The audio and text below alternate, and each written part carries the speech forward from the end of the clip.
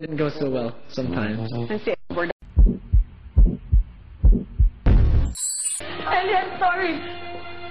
Naisip ko it will help you to move on. Move on from what? From everything that keeps you from moving on. Stop acting like you know my pain. Stop acting like you own it. You're not Celine, and you will never be Celine. I know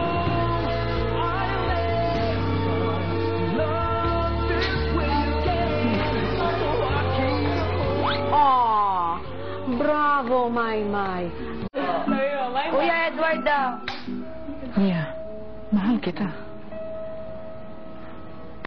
You don't have to. Huwag mo akong mahalin dahil mahal kita. Mahalin mo ko dahil mahal mo ko. Because that is what I deserve.